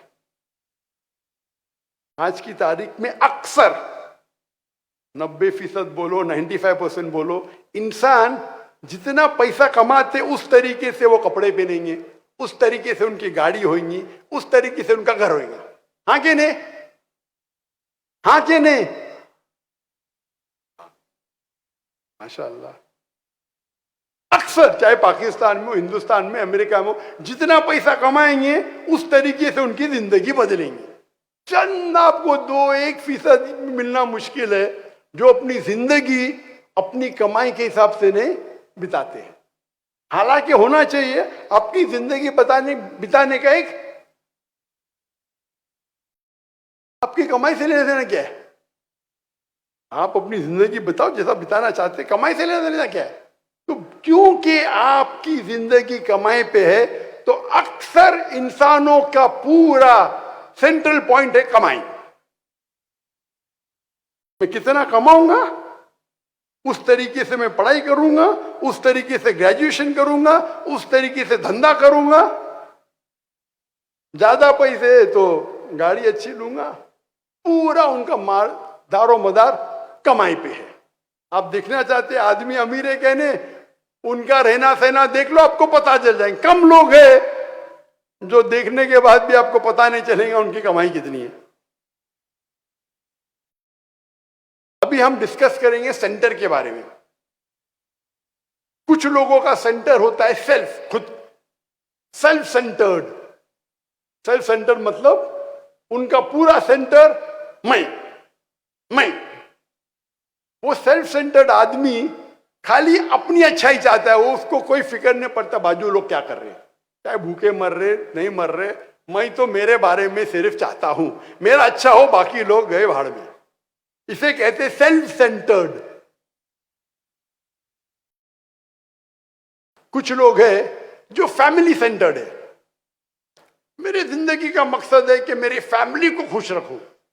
कुछ लोग होते वालिद सेंटर्ड, अपने बाप को खुश रखना। सही या गलत नहीं, बाप को मैं मेरे वालिद को खुश रखूंगा। कुछ लोग का सेंटर्ड है माँ, वालदा, मैं तो मेरी वालदा की बात मानूंगा, उनको खुश रखूंगा। मेरी जिंदगी का मकसद है वालदा को खुश रखना। फिर हदीस पेश करेंगे, अरे कुरान में लिखे है, हदीस में लिखे है, माँ बाप की बात मानो। अरे मैंने कब कहा नहीं, वो बाप सही कहता है गलत कहता है, मैं तो बात मानूंगा। ये इस्लाम नहीं है। कुरान की आयत है सूरा नंबर 31 सूरह लुकमान आयत नंबर 14, ए इंसानों, वालिदैन के साथ हुस्न सलूक करो, अपने वालिद और वालिदा के साथ हुस्न सलूक करो। और आपकी मां ने जो आपको पेट के अंदर 9 महीने रखा और उसके बाद 2 साल जो विनिंग की। नेक्स्ट वर्स कहते हैं, लेकिन सूरह लुकमान सूरह नंबर 31 आयत नंबर 15, लेकिन अगर आपके वालिदैन आपको अल्लाह के खिलाफ कोई और की इबादत करने के लिए कहे तो उनकी बात मत मानो, फिर भी उनके साथ हुस्न सलूक करो। सबसे नंबर 1 पे आते अल्लाह, फिर अल्लाह के रसूल, उसके बाद वालिदैन। कोई प्रॉब्लम नहीं। इतना मत वालिद को चाहो कि वालिदा को चाहो कि अल्लाह के रसूल के खिलाफ बात करे, आप उनकी बात मानो। मेरे वालिद ये कहते, मेरे वालिद वो कहते, मैं वालिद इंतकाल हो जाता फिर भी वालिद के गुण गाते रहते। मैं बुरी बात नहीं, वालिद की इज्जत करो, मैंने कहता हूं मत करो, इज्जत दो, लेकिन अल्लाह और अल्लाह के रसूल से ज्यादा नहीं। इसे कहते पेरेंट सेंटर्ड। वालिदैन उनके लिए जिंदगी में टॉप। कुछ होते बच्चे सेंटर्ड। मैं तो मेरे बेटे को अमेरिका भेजूंगा, उनका पूरा मकसद बेटे को अमेरिका भेजना। किधर भेजना? किधर भेजना? जहन्नम भेजना।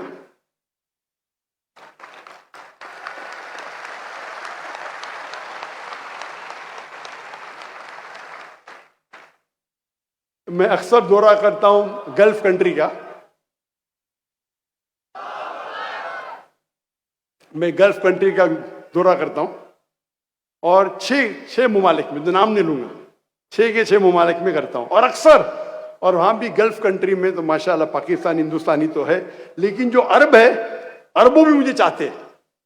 जब चाहते हैं तो जो बड़े बड़े माशाल्लाह तुज्जार, अंग्रेजी माशाल्लाह उनकी एकदम, हमें जब my son he studying in Harvard University, my son studying in Oxford University, मेरा बेटा हार्वर्ड से फारिग है। मैं बोला माशाल्लाह। मेरा बेटा ऑक्सफोर्ड यूनिवर्सिटी से फारिग है। मैं उनको कहता हूं मेरा बेटा फारिग, वो जामिअतुल इमाम रियाद से फारिग है, आपके शहर में।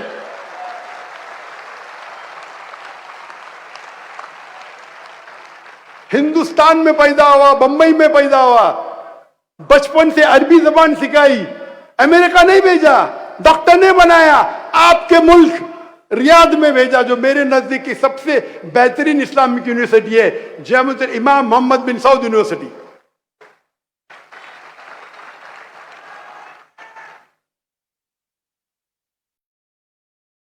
मैं सवाल पूछता हूं, शेख, उनको शेख बोलते, शेख के बहुत मानी है, बुजुर्ग आदमी, नॉलेजेबल, लेकिन कुछ मुल्कों में शेख मतलब ताजिर को भी शेख बोलते हैं रिस्पेक्ट के लिए। मैं बोला शेख, अल्लाह के रसूल की हदीस है कि एक इंसान जब मर जाता है उसके दफनाने के बाद 3 चीज सिर्फ सवाब जारिया है। एक जो इल्म उसने फैलाया, एक जो पैसे उसने खर्चा किया, और तीसरा नेक औलाद उनके लिए दुआ करे। तो मैं पूछता हूं, आपका बेटा बड़ा डॉक्टर है अमेरिका से, आपका बेटा मैनेजमेंट एक्सपर्ट है ऑक्सफोर्ड यूनिवर्सिटी से, मैं ये पूछना चाहता हूं, आपके मरने के बाद आपका बेटा अगर ऑक्सफोर्ड से जाके दुआ करे या जामिअतुल इमाम से दुआ करे, किसमें आपको ज्यादा सवाब मिलेंगी? उनका मुंडी नीचे हो जाती है। तो जाकिर से बहस करना अच्छी बात है।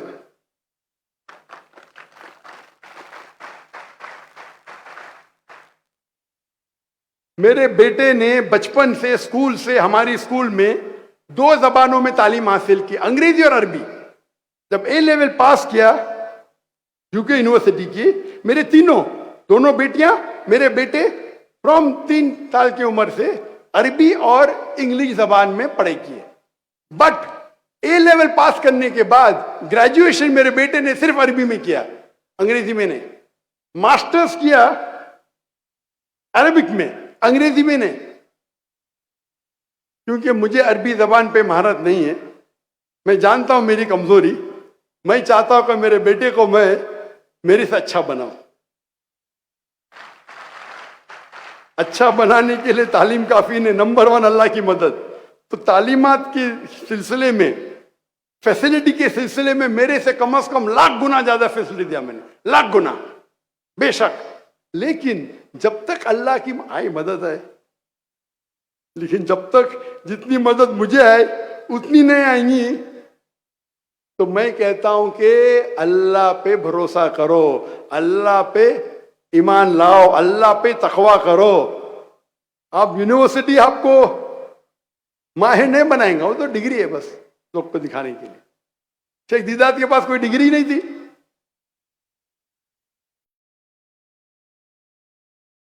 लेकिन अल्लाह की रजामंदी के लिए अगर आप कोई पेशा चुनते हैं, तो मैंने मेरी मेडिकल पेशा, मेरे वालिद डॉक्टर थे, मेरे भाई डॉक्टर थे, माशाअल्लाह मेरी पूरी खानदान ने बोला आपको छोड़ देने का छोड़ दीजिए, क्योंकि अल्लाह ताला फरमाते हैं सूरह फुसिलत में, सूरा नंबर 41 आयत नंबर 33 में, वमन अहसन कौला मिम्मन दुआ इलल्लाहि व अमिल सालिहान कौला इन्ननी मिनल मुस्लिमीन। कौन शख्स सबसे बेहतर है? वो शख्स जो लोगों को अल्लाह की तरफ बुलाता है, अच्छे अमाल करता है और कहता है कि मैं मुस्लिम हूं। कौला इन्ननी मिनल मुस्लिमीन, कहता है कि मैं मुस्लिम हूं। तो आप देखेंगे जो शेख अहमद दीदात के मुकाबले में Wilma Rudolph, Sheikh Ahmed Deedat follow कर रहे थे इस्लामिक तरतीब। हम देखेंगे जो सेंटर्ड है, हम डिस्कस कर रहे थे सेंटर्ड, चिल्ड्रन सेंटर्ड, वहां से हम भटकने वापिस आते। चिल्ड्रन सेंटर्ड नंबर 2 था, फैमिली सेंटर में उसका तीसरा हिस्सा था चिल्ड्रन सेंटर्ड। तो लोग अपने बच्चे के लिए कुछ भी करेंगे, कर्ज लेंगे, रिबा पे कर्ज लेंगे, बेटे को लेकर अमेरिका भेजेंगे, ऐसा सोच रहे का जन्नत भेज रहे। और अल्लाह की मदद है, मेरे तकरीर के वजह से हजारों पाकिस्तानी, हजारों हिंदुस्तानी मुसलमान जो अमेरिका जाने वाले थे, कनाडा जाने वाले थे, नहीं गए। मैं ये नहीं कहता हूं कि 100% लोग को मैं मुतमईन कर सका, उसके ऊपर अलग तकरीर दूंगा मैं। नहीं, वो पाकिस्तान मुल्क में बहुत खराबी है, ये है वो है। मैं बोला जो भी खराबी है अमेरिका से अच्छी है।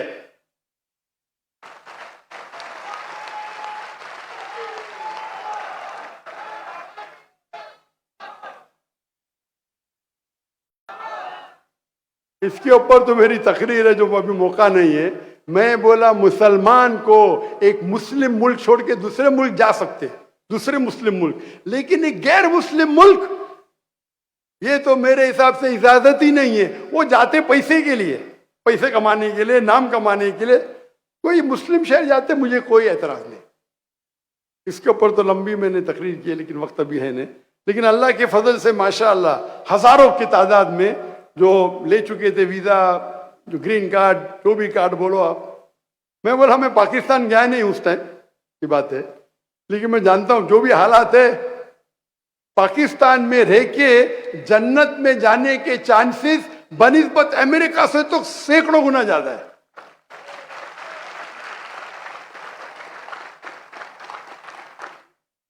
तो ये हम कह रहे थे चिल्ड्रन सेंटर, यानी बच्चे को जहन्नम में डालने के लिए आप कुछ भी करेंगे। समझते पाकिस्तान, वो समझते कि अमेरिका जन्नत है। इसको कहते हैं चिल्ड्रन सेंटर। कुछ लोग होते सोसाइटी सेंटर। सोसाइटी सेंटर मतलब आजू बाजू कौन है उनके साथ कंपटीशन। कुछ कहते हैं नेबर सेंटर। नेबर सेंटर मतलब पड़ोसी सेंटर। उनकी पूरी जिंदगी पड़ोसी क्या करता है उसके ऊपर बीत जाती है, पड़ोसी से कंपटीशन। मैं एक चुटकुला सुनाऊंगा आपको। एक चुटकुला है, इंग्लिश में कहते हैं एनेक्डोट, उर्दू में चुटकुला। एक बार एक फरिश्ता आता है और एक इंसान से पूछता है, आप जो भी चाहेंगे मैं आपकी मुराद पूरी करूंगा, एक शर्त है। क्या शर्त है? जो भी आप मांगेंगे आपके पड़ोसी को दुगना दूंगा। बोलता है नो प्रॉब्लम। तो वो बोलता है मुझे एक कीमती रोलेक्स घड़ी चाहिए। तो वो जिन या फरिश्ता बोलता है अच्छा तेरे को रोलेक्स दे दी, पड़ोसी को 2 रोलेक्स दे दी। फिर वो बोलता है कि मुझे एक रोल्स रॉय गाड़ी चाहिए। तो वो जिन या फरिश्ता उसको रोल्स रॉय गाड़ी देता है, पड़ोसी को 2 रोल्स रॉय गाड़ी देता है। गोश्त या कुल्ले मैन जो भी है, फैंटम और हाई लेवल की। फिर वो बोलता है मुझे 10 बेडरूम का बंगला चाहिए, फरिश्ता उसको दे देता है। उसके पड़ोसी को 2 बंगला देता है 10-10 बेडरूम के। वो बोलता है क्या हो रहा है ये? वो फरिश्ते बोलते एक आखिरी ख्वाहिश क्या है? मेरी आंख फोड़ो, एक आंख फोड़ दो।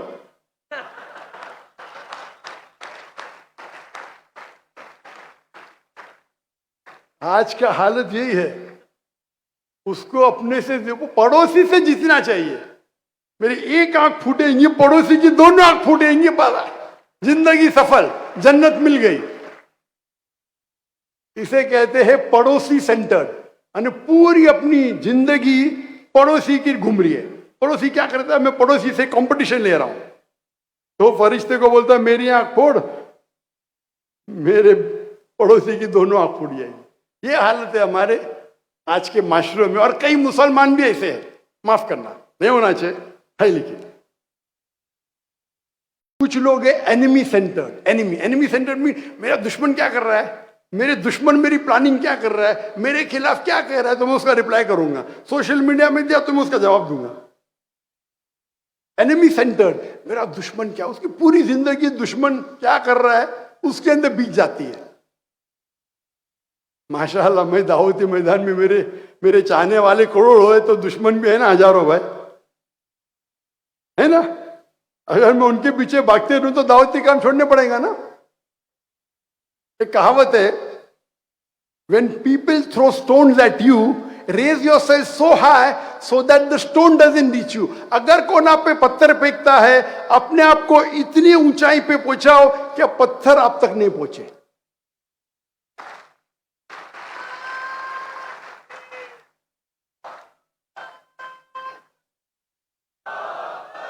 अगर कोई आप पे पत्थर फेंकता है, पत्थरबाजी मत करो, अपने आप को इतना ऊंचा पहुंचाओ कि पत्थर आप तक नहीं पहुंचे। एक दूसरी कहावत है, अगर कोई आप पे ईंट फेंकता है, ईंट को जमा करो, आपकी इमारत बनाओ। मेरा उसूल है, कोई भी मेरे खिलाफ बात करता है मैं जवाब नहीं देता हूं। अगर खिलाफ बात करता हूं, मैं मेरी टीम को बोलता हूं देखो भाई इसमें कुछ मेरे लिए सीखने के लिए है क्या। हो सकता है कि 100 में से एक आदमी कुछ सही बोल रहा है, मेरी टीम को बोलता हूं मैं आप तहकीक करो, मुझे टाइम नहीं है। अगर तहकीक में मिल गया कि मैंने गलती किया तो बोलो भाई, मैं उस पर सुधर जाऊंगा। मैं इंसान हूं, गलती कर सकता हूं, लेकिन मैं पत्थरबाजी में नहीं मानता हूं, टाइम ही नहीं है। इस्लाम को प्रोटेक्ट जवाब देने का टाइम नहीं। अभी मेरे खिलाफ, और मैं कह चुका हूं परसों, अगर कोई कुरान और कोई हदीस में आयत नहीं है कि डॉक्टर जाकिर नाइक के खिलाफ कोई बात करेगा तो जन्नत में नहीं जाएगा, तो कोई मुसलमान भी मेरे खिलाफ बात करता हूं, बोलता आओ भाई मेरे मंच पे आके बात करो। मेरे खिलाफ बात करेंगे तो भी जन्नत में जा सकते। मैं कोई कुरान की आयत नहीं जानता हूं, कोई हदीस नहीं जानता हूं जिसमें लिखा है कि डॉक्टर जाकिर नाइक के खिलाफ बात करेंगे तो जन्नत नहीं जाएंगे। मेरी शर्त है कि अल्लाह और अल्लाह के रसूल पे कायम रहो, अल्लाह की तारीफ करो, अल्लाह के रसूल की बात मानो। आप मेरे मंच पे बात कर सकते हैं। तो उसको कहते हैं एनिमी सेंटर्ड। अपना तीसरा तो खत्म हो गया, सोसाइटी सेंटर्ड। चौथे नंबर पे आते हैं मटीरियल सेंटर्ड, मतलब पूरी आपकी जिंदगी आपके मटीरियलिज्म पे है। मटीरियलिज्म, आप कौन सी घड़ी पहन रहे? रैडो, वो TAG Heuer, Omega, Rolex, Patek Philip.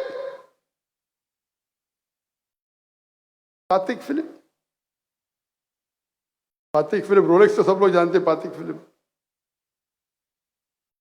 आपका कौन सा डायल है, आपका बेसिल क्या है, गोल्ड प्लेटेड है, डायमंड स्टडीड है। उनकी गुफ्तगू वही है बस। उनका जो पास्ट टाइम है क्या मटीरियलिज्म पे। कौन सा जूता पहने, वो एलवी का, लुई विटॉन का, वो बैली का। कौन सी पहने, मॉन्ट ब्लैंक की। आगे जाएंगे तो गाड़ी कौन सी आपके पास, BMW। मेरे पास तो मर्सिडीज है, एस क्लास, S450। मेरे पास मेबैक है, मेरे पास पॉश गाड़ी है, बेंटले, लंबोर्गिनी। ये समझते हैं। और कोई भी इंसान कितना भी मटीरियलिज्म चाहे करो, कभी भी खुशी नहीं है।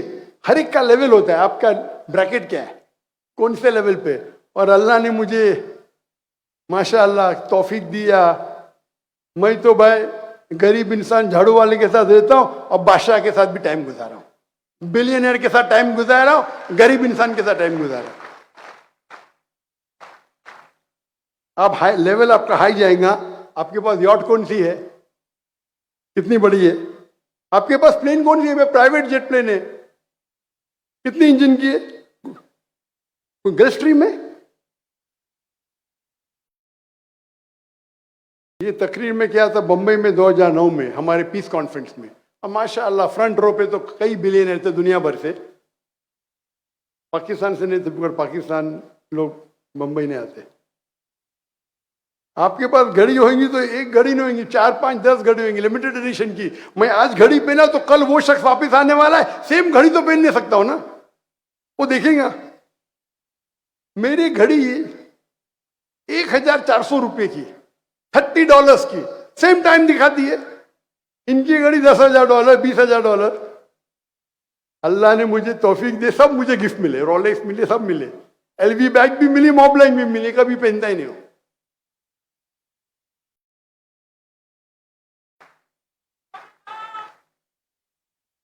और ये लोग जो है ना, इनकी पहचान उनकी दौलत है। कभी जाएंगे तो मैं मर्सिडीज गाड़ी में जाऊंगा, नहीं जानूंगा तो कौन पहचानेगा इन्हें। डॉक्टर जाकिर नाइक कुर्ते पैजामे में जाएंगे, माशाल्लाह सब लोग पहचान दे। ये सूट जो मैं पहनता हूं, मैं इसे पसंद नहीं करता हूं, लेकिन क्योंकि मैं गैर मुस्लिम में दावत देना चाहता हूं, सूट पहनना तो हराम नहीं है। और जो लोग जानते कभी मेरे होटल पे आएंगे तो देखिए मैं कुर्ते पजामे में, तो लोग शौक हो जाते हैं। कई पाकिस्तानी उन्मा जब आते देखते हैं मेरे घर को, इतना छोटा घर, अरे कुर्ते पजामा, मैंने क्यों हराम है कुर्ता पजामा? नहीं डॉक्टर साहब, हम समझते हैं आप सूट पैंट में ही है। सूट पैंट सिर्फ जब मैं तकरीर करने जाता हूं तो क्या लोग जब देखेंगे तो गैर मुस्लिम देख, कौन ये जोकर है, सूट पैंट और टोपी पहन के आया है। देखो जोकर लगना भी उसमें फायदे हैं। ये कौन है उसके ढकने के ऊपर, पैंट पहन रहा है लेकिन ढकने के ऊपर जोकर दिखता है। अरे वेदा कोड कर रहा है, बाइबल कोड करता है। टीवी ऑन करेंगे तो ये मेरा एक टेक्निक है टू एंटर द हार्ट, ये जायज है। कुछ लोगों को गलत फहमी है कि टाई पहनना आराम है, किधर भी लिखा नहीं, लेकिन वो अलग बात है। कहाँ लिखा नहीं, वो गलत फहमी है। अगर टाई पहनना आराम है तो टाई नहीं पहनना चाहिए, कहाँ हदीस में नहीं लिखेला है। और ये सलीब की निशानी है ही नहीं, ये गलत फहमी है, अलग बात है, नहीं तो मैं पहनूंगा ही नहीं। ये मटीरियल सेंचुरी है ना, बहुत से लोग, मैं तो मर्सिडीज के अलावा जा ही नहीं सकता हूं बाहर, क्योंकि अगर वो कोई 5 स्टार होटल में जाएंगे चलते हुए तो कौन उनका एंटर भी करने देगा नहीं। उनकी पहचान उनकी गाड़ी है, वो गाड़ी को एंटर करने दे रहे, आदमी को नहीं। मेरी पहचान है मेरा दीन इस्लाम, मेरी पहचान है मैं दाई हूं। आपको मुझे वेलकम करने का मैं आऊंगा, मुझे मेरे गाड़ी को वेलकम मत करो। अल्लाह ने अल्हम्दुलिल्लाह सुम्मा अल्हम्दुलिल्लाह, भले मैं दाई हूं, मैं ताजिर भी हूं, महीने में 2-3 दिन तिजारत करता हूं। अल्लाह ने करोड़ रुपया दिया मुझे, मेरे पास ताकत है कि मैं खुद रोल्स रॉयस खरीद सकूं। लेकिन क्या रोल्स रॉयस से मैं अच्छी मिसाल कायम करूंगा? लोग जानते नहीं मेरे पास अल्लाह ने बहुत दौलत भी दी है। बहुत से लोग कहते हैं अगर फुल टाइम बिजनेसमैन बनेंगे तो बिल गेट से ज्यादा पैसा। अरे बिल गेट के साथ जहन्नम थोड़ी चाहिए मुझे यार, मुझे क्यों गाली दे रहे आप? बिल गेट बन के मैं जहन्नम में जाना क्या है? आप क्या लेक्चर सुनने मेरा मयार है, मैं सिर्फ टोयोटा गाड़ी में घूमूंगा, वो भी इनोवा मैक्सिमम। मैं कोई भी ब्रांडेड चीज नहीं पहनता हूं, सब गिफ्ट मिले, एलवी गिफ्ट मिली, लुई विटॉन मिली, मॉब्लैंक मिली, रोलेक्स सब मिले। लेकिन इससे मैं मैयार को नीचे क्यों करूं भाई? क्यों मैयार को नीचे करूं? बहुत से बार प्राइवेट जेट प्लेन में हमने सफर किए, मैं बोलता हूं भाई प्राइवेट जेट प्लेन क्यों भेज रहे? वो मैं तो इकोनॉमिक क्लास में ट्रैवल करता हूं, उतना पैसा मेरे इदारे को डोनेशन दो।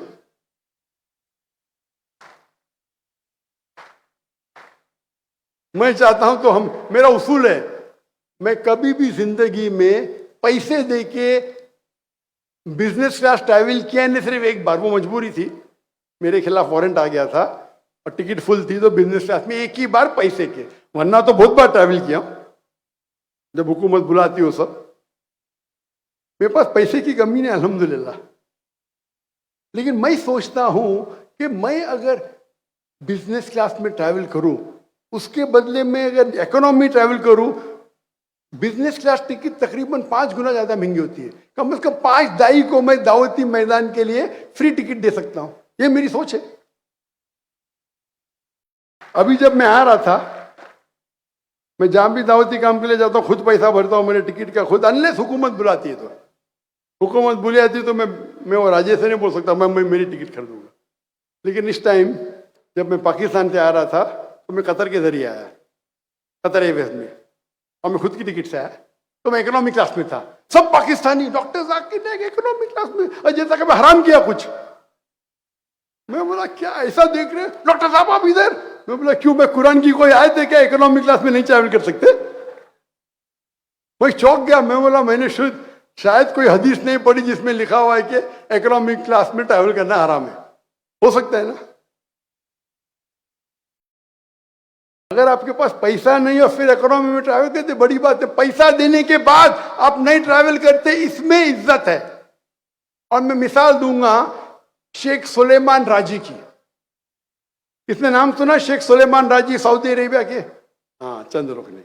शेख सुलेमान राजी माशाअल्लाह एक बिलियनर है, बिलियनर, और माशाअल्लाह डोनेशन में भी बहुत माशाअल्लाह आगे है, और मेरे काफी करीब है।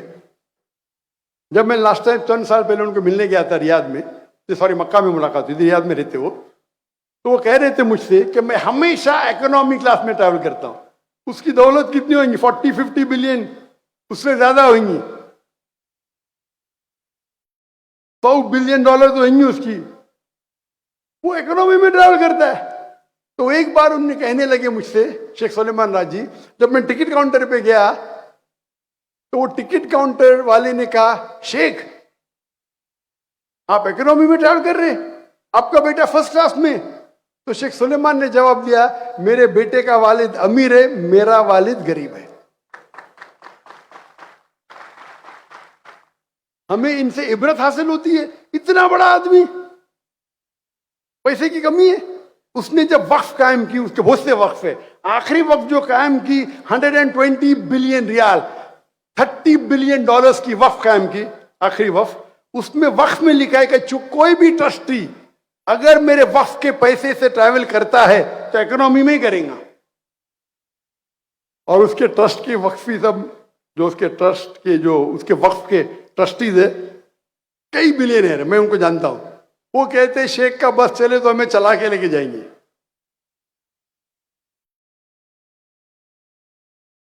और हमारे लोग अगर बिजनेस क्लास की टिकट फिल हो तो इकोनॉमिक में ट्रैवल नहीं करेंगे। कुछ लोग को तो आदत है सिर्फ प्रेसिडेंशियल सूट में रहने की। होटल में जाएंगे प्रेसिडेंशियल सूट नहीं है, हम ये होटल में नहीं रहेंगे। उनकी पहचान उनकी दौलत है। दौलत जाएंगी कौन पूछेगा भी नहीं, थूकेगा भी नहीं आप पे। आपकी पहचान आपका दीन बनाओ, आपकी ईमानदारी बनाओ, आपका हुनर बनाओ। हम सब मटेरियल सेंटर्ड है, अक्सर मटेरियल सेंटर्ड। मेरे फैमिली का उसूल है कि कोई भी ब्रांडेड आइटम नहीं पहनेगा, ब्रांडेड पहनेगा ही नहीं, हराम नहीं है। ये कोई पूछते जाकिर भाई क्या रोल्स रॉयस में ट्रैवल करना हराम है? तो मैं कहूंगा 4 लेवल है, 4 लेवल। एक होता है जिसके पास पैसा नहीं, वो कर्ज लेके रोल्स रॉयस खरीदता है तो हराम है। कर्ज लेंगे दिखाने के लिए। कुरान की आयत है सूरह इसरा की, कुरान नंबर 17 आयत नंबर 26 और 27। डोंट बी अ स्पेंथ्रिफ्ट, फजूल खर्ची मत करो। फजूल खर्ची करने वाला शैतान का भाई है। पैसा नहीं है दिखाने के लिए, रिश्वत ले दिखाने के लिए कर्ज लेते, बैंक से लोन लेते और ट्रैवल करते। ये कैटेगरी 1 हराम है। कैटेगरी 2 पैसा है कर लेने की जरूरत नहीं, लेकिन इतना पैसा नहीं कि रोज रॉय खरीदे, वो दिखाने के लिए खरीदता है। उसकी नीयत क्या है? कैटेगरी 2, दिखाने के लिए। थर्ड कैटेगरी, एक आदमी के पास पैसा है और खरीदता है रोज रॉय, लेकिन दिखाने के लिए, तो ये भी हराम बोलो या मकरूर बोलो, इख्तिलाफ है। लेकिन दिखाने के लिए कर रहा है, पैसा कम है और दिखाने के लिए क्या, तो हराम है। पैसा है बहुत है, दिखाने के लिए कर रहा है तो मकरूह में तो आएगा, हराम में तो नहीं। कैटेगरी 4, पैसा है फिर भी रोज रॉय नहीं खरीदता है, टॉप कैटेगरी, अच्छे मोमिन की कैटेगरी। क्या करेंगे रोज रॉय के? अल्लाह ने सब गाड़ी में बिठाया, सब गाड़ी में। ये खाली एक चटक रहती है। अगर आपका ईमान स्ट्रांग है ना, ये आपको कोई भटका नहीं सकती, कभी भटका नहीं सकती। और आज की तारीख में तो पेशा बन गया। दाई लोग बोलते भाई मुझे बिजनेस क्लास है तो ही मैं आऊंगा, मुझे 5 स्टार होटल देंगे तो आऊंगा, नहीं तो नहीं आऊंगा। ये डिमांड करना बिल्कुल हराम है। डिमांड करना कि आप 5 स्टार में देंगे तो ही मैं रहूंगा, मुझे बिजनेस क्लास देंगे तो ही मैं आऊंगा, इतने पैसे देंगे 1 लेक्चर के लिए फिर ही आऊंगा। पैसा मांगना अगर लेवल के हिसाब से तो हराम में नहीं आएगा, पैसा ले सकते, लेकिन इतना मत मांगो। लेकिन अफजल है नहीं मांगना। आप सोचिए, अल्लाह के रसूल और साहबा अगर पैसा लेते थे तो क्या दीन हम तक पहुंचता था? लेना हराम नहीं, अल्लाह की हदीस से ले सकते आप, कुरान पढ़ाने के लिए ले सकते, पैसा रुकिया करने के लिए ले सकते, जायज है। लेकिन जो लोग को अल्लाह ने पैसा नहीं दिया वो लेते, मुझे कोई हर्ज नहीं। अल्लाह ने आपको पैसा दिया, आपको और पैसा बनाने का। मेरा तो उसूल है, कोई भी टिकट चार्ज करेगा तो मैं पाऊंगा ही नहीं। एक पाकिस्तानी कभी टेक्स्ट कर रहा था, जाकिर भाई आपके लेक्चर के लिए पाकिस्तान में 5000 रुपया रखा। मेरा कौन रखा भाई? अरे आप जानते ही नहीं जाकिर भाई को। दुनिया में कि पहले बार वो 1993 में था, जब कनाडा गया तो लोग चार्ज करते थे। 2002 के बाद तो मैंने बोला कोई भी मेरे टिकट चार्ज करेगा तो मैं आऊंगा ही नहीं। तो 2009 मेरा कॉन्फ्रेंस आखिरी था, उसके बाद कोई भी मेरे तकरीर के लिए पैसे चार्ज करेगा मैं नहीं आऊंगा। तो बहुत से लोग ने जाकिर को बुलाने के लिए कॉन्फ्रेंस ही रखते थे। और मैं कहता हूं मेरा लेक्चर आपको रखने का है, आप कोई भी आपके आजू बाजू मुसलमान से डोनेशन लेके रख लो भाई। अगर पैसा नहीं मिलेगा मैं आपको दूंगा।